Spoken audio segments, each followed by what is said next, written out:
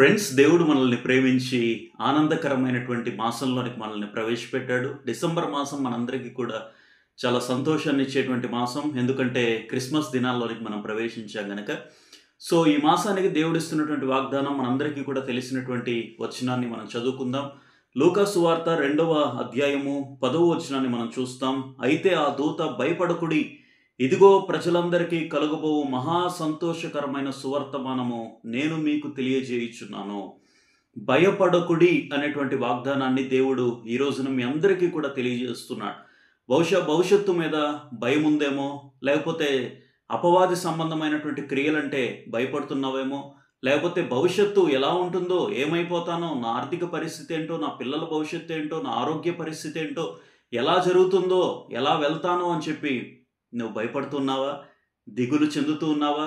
నీ మనసంతా కూడా ఆందోళనగా, చీకు చింతలతో, బాధలతో, భయాలతో ఏమైపోతానో అని చెప్పి నీవు బాధపడుతూ ఉంటే, దిగులు పడుతూ ఉంటే, ఈ రోజున దేవుడు నీకు వాగ్దానం చేస్తున్నాడు. దేవుడు నీతోనే స్పష్టంగా మాట్లాడుతున్నాడు.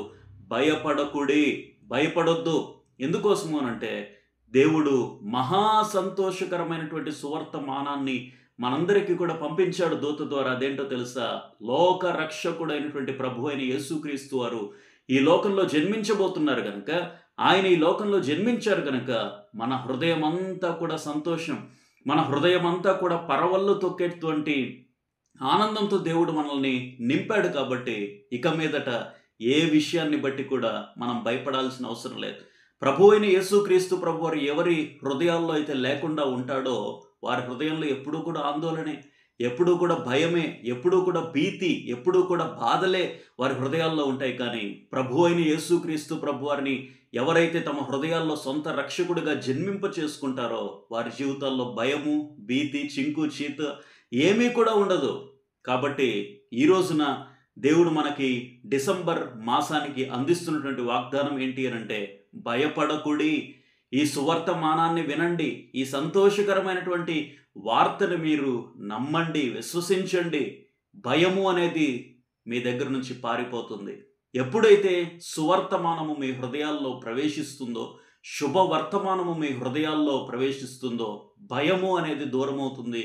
ఖచ్చితంగా మీ జీవితంలో సంతోషకరమైన, సమాధానకరమైన, ఆనందకరమైన, ఆత్మీయకరమైనటువంటి రోజులు మీ జీవితాల్లో రాబోతున్నాయి. కాబట్టి ఈ వాగ్దానాన్ని విశ్వసించండి. డిసెంబర్ మాసంలో దేవుడు మీకు తోడుగా ఉండునుగాక. Thank you so much.